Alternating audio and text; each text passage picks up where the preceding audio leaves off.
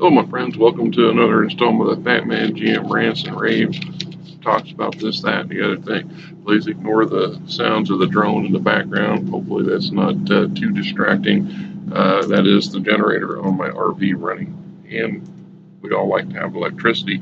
And currently, we're parked in a location where we cannot plug in, so hence the generator, correct? Yeah.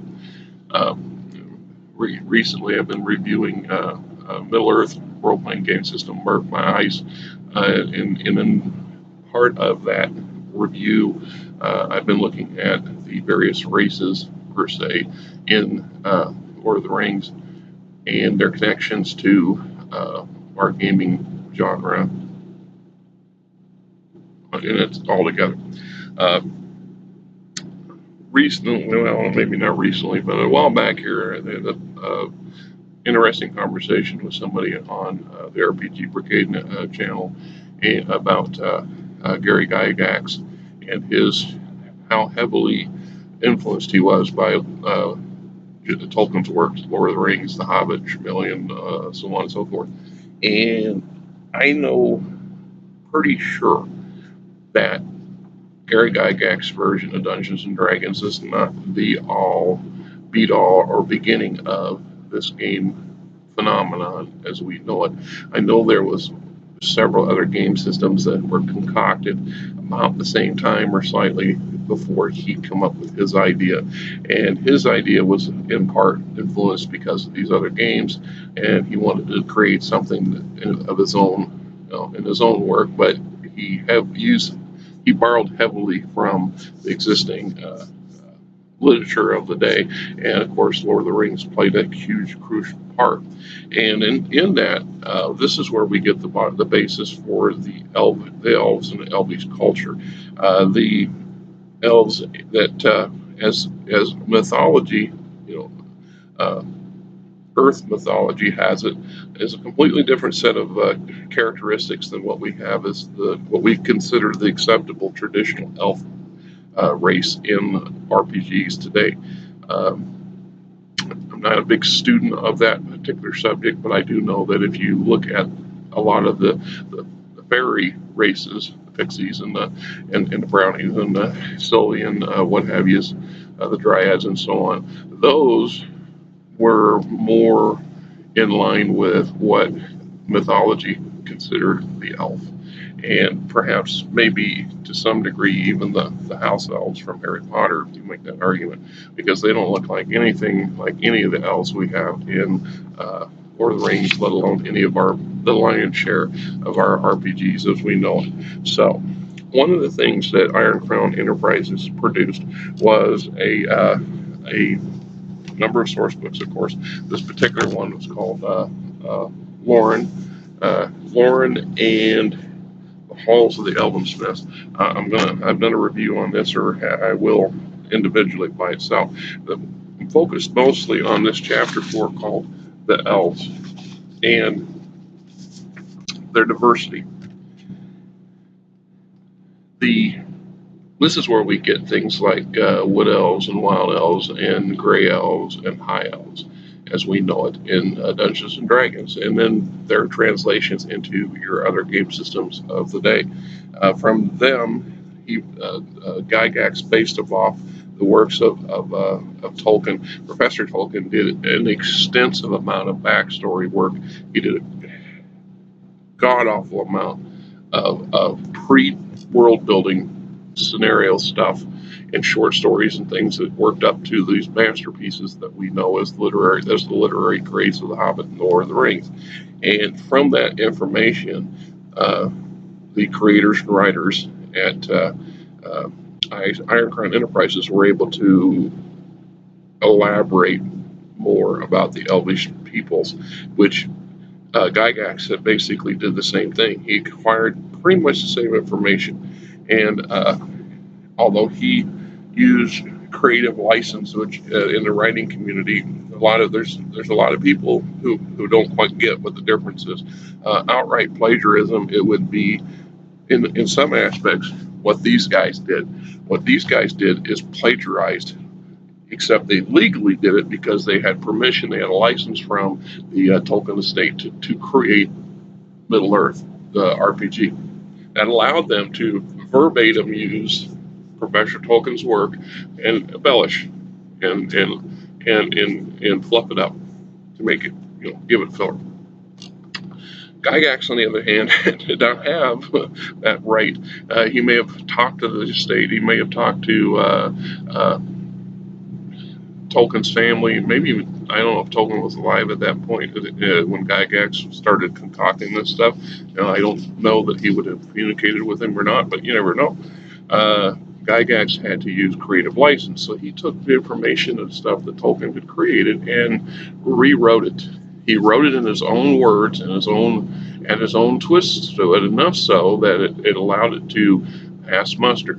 The publishing industry and the powers that be in the government who monitor such things gave it a pass. And this is how we, as creative writers today, get away with writing so much variety of things, yet using the same material. Most of your fantasy fantasy novels that have been written in the last 20 years is a creative license on stuff that other people have come up with. That any true, really original, totally 100% concocted stuff today is rare. It's rare. I mean, you just use the material and the knowledge you have to build on something that's entertaining for the next group of people. It is what it is. I'm not going to get into a big diatribe on that because I'm sure plenty would-be writers and writers out there and not so writer type people would debate me to the end of the world. So, anyway, the Tolkien and indirectly Iron Crown Enterprises devised the Elvish peoples into several categories based off of what group traveled to the Undying Lands and entered the light of the trees, came in first-hand contact with the Valar and the gods of creation, if you will, and their servants. Those who came real close to getting there, those who went there and came back, and those who, for one reason or another along the way, found some reason to not continue the journey. And from those, we get the various categories of elves as we know them, in a descending order of complexity and I don't want to use the argument intelligence, because a wild elf or a Sylvan elf is no less intelligent than a Noldar, a high elf, but they lack formal education and training and a cultural difference that makes all the difference. The culture differences is what sets them apart. And in this case, they break it down. The Quindi is the elves, and then they have the Eldar and the Avari. The Eldar are the elves of the Great Journey, and Avari are the unwilling elves who refuse the Great Journey. In this particular, like I said, book, Iron Crown Enterprises, Lauren and the Halls of the Elfensmiths, we have an entire chapter devoted on the topic of elves, their lifestyle, their language, the physical characteristics, the religion as it is, and the individual elvish families, bloodlines, if you will, however you want to look at it, divisions, cultural divisions. Okay, and so like I said, we have the Eldar and the Avari. The Avari are traditionally actually the largest group of elves, and these are the ones that we will find all through the eastern half of Middle Earth, and into some small degree in western Middle Earth as the Sylvan elves, the majority of the Sylvan elves that make up the body of commoners, if you will, in Elvish communities. The Eldar, on the other hand, can be further broken down into three more categories: the Vanyar, the Noldar, and the Talari. The Vanyar all went to Aman, they all went to the Undying Lands, and for all intents and purposes, never came back. They stayed there. The only time they ever came back was when they marched under the banners of the Valar themselves, when the Valar came to Western Middle Earth to defeat Morgoth for the final battle. And in the process, they destroyed a big chunk of western Middle Earth. It literally destroyed it.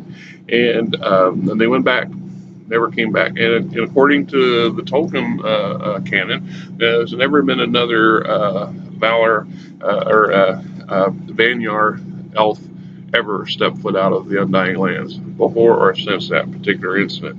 Then we have the Noldar. The Noldar are the ones that are the most well-known, the most famous. They're also the basis for the High Elves in Dungeons and Dragons and the most fantasy genres since fantasy games and novels since Tolkien's works came out. The Noldar, Gladriel is a Noldar. Okay, Gilligad was a Noldar. Elrod is half Noldar, I believe. I don't want to say that 100% because I'd have to go look up Elrod. He's a very complicated individual. His lineage is very complex. I think he's Noldar. That's why he's related to Gladriel. The Noldar are the most scientifically not so much cultural, but scientifically advanced craft, technology, magic, what have you. That's why they're considered the High Elves. I mean, it's a no-brainer. These are for the rest of the Avari, these are the would-be ruling class, and it's accepted. The elves accept these higher cultured individuals not as conquerors or divine rulers by right, but they just defer to their more wiser, older siblings, if you want to look at it from that perspective. The Noldar made some classic, terrible, tragic mistakes. Mostly a handful of them, beginning with Fëanor, who created the Silmarillions, the Shemils, the epic gemstones, and a number of other items.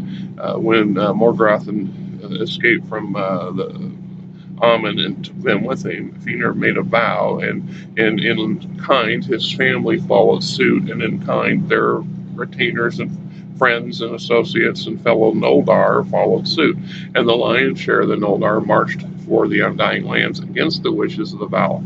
And this began the very long, tragic decline of their particular branch of the Elvish peoples, and we are all most of us who've read the books and novels have at least a passing understanding of just what went down there. And then you have the Talari, which arguably could be considered the Sea Elves, although by divine definition in Lord of the Rings, they're no different than the other elves, other than that they got to the lands of the Undying Lands. They settled on the coast and chose not to fully enter Amun, and thus did not fully 100% live and bask under the sun, under the lights of the two trees, and so on and so forth. That's not to say that they're not any less or more than the Valar or the Vanyar, the Noldar. It's just that they have 1 foot in and 1 foot out. In Dungeons and Dragons, the Gygax, or maybe not Gygax, but later writers and developers concocted the actual aquatic elves that live and breathe under the ocean, that are all, for all intents and purposes, mermen, although they're still elvish, blah, blah, blah. But there's my belief that's where they got the concept from. From the Talari, we got the Cinder, the Grey Elves. These are the ones of the Talari who reached the very western edges of Middle Earth and chose not to take the final step. And it's from the Grey Elves that we see Lindon, the Havens at Lindon, the Blue Havens, several other enclaves along the coast. There was one in Dor Amroth in southern Gondor, for example, and these people, the Círdan, the shipwright, I believe, is a Grey Elf. They have a passion for the sea that's just unrivaled, and they're kind of in between, right? Kind of in between. Now, in Lord of the Rings, in Dungeons and Dragons, Gygax put the High Elves, which had been the Noldor, at the top of the pecking order. The Grey Elves came next, and then the Sylvan Elves, I think, which would be the Wood Elves, and then, of course, the Wild Elves. And okay, so you can get them into that particular category. And then of the Talari, you get the Nandar. Those who left the march of the Talari east of the Misty Mountains. So Ironically enough, even though they made the journey, they broke off and stepped aside. So, technically speaking, they're just the same as the Avari in the aspect that they never went to the Undying Lands. The differences between the Avari and, in this case, the Nandor, are that the Nandor at least made the effort to go there. They set out on the journey. The Avari said, "We like it here. We're not going anywhere." So, it is what it is. And then you end up with what they call the Dark Elves. They never saw the light of the trees. Now, by argument, the Nandar, the Omar, and the Albari all are Dark Elves, and only in later incarnations of Dungeons and Dragons and other game systems do we come up with a true concept of the Drow, or the actual dark-skinned Dark Elves. These are the elves who lived in the underworld sections of the world and are evil or chaotic by nature, and that is not the original concept behind Tolkien's vision of them. These were just the elves in general, a ubiquitous term for any elf who had not gone to the Undying Lands and thus not sat under the light of the two trees, or become attached to the Valor. So in that aspect, we get the divisions of the elves as we know it, and a very complex set of convoluted geopolitical or cultural breakups, and it gave a lot of depth and a rich set of material for gaming creators to work from. And from that, I'm grateful to Tolkien for having spent a lot of effort and time in creating the elves. That's one of the reasons, as a race, they stand out from the dwarves and the humans and even the halflings and all that other stuff. So, like I said, we got the language, we got the physical characteristics, the elven racial trees, the breakout, and the technology, their magic, and so on and so forth. Now, it is fair to say that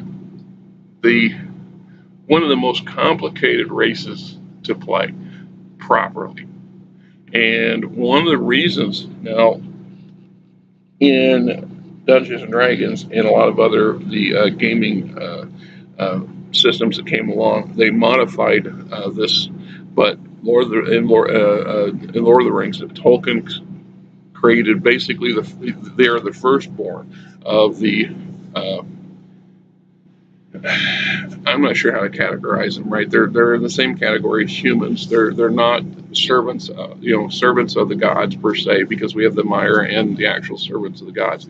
These are the first speaking, living, intelligent, independent peoples that will people the world, and they were the firstborn. Hence why they're called the firstborn. And in the process, they're immortal. That means they don't grow old. They don't die of natural causes. They can die. Now, in Lord of the Rings, Tolkien deemed that they could die physically. They could die in a battle. They can't get sick. They can't get a disease. But they can be killed. They can be murdered. And in the process, their spirit then goes to the halls of waiting. And then at some point, their bodies are reincarnated in Amen, and they're allowed to live out the rest of existence among their kin in the Undying Lands. They're just forbidden to leave it. So, once they physically die in Lord of the Rings, they go back. Now, there stands the difference between them and the Mire.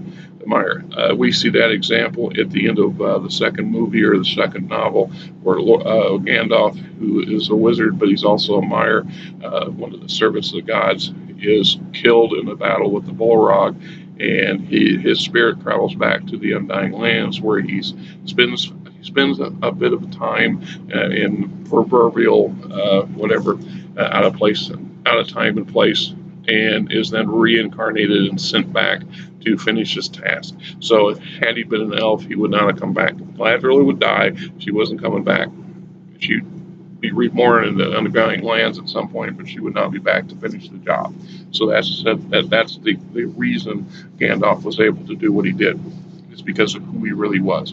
Now, in the concept of playing an immortal being, this causes some real problems for human players to really understand, because we have no concept of immortality. We think we do, we can envision it, we can guess, but we really truly have no concept of it.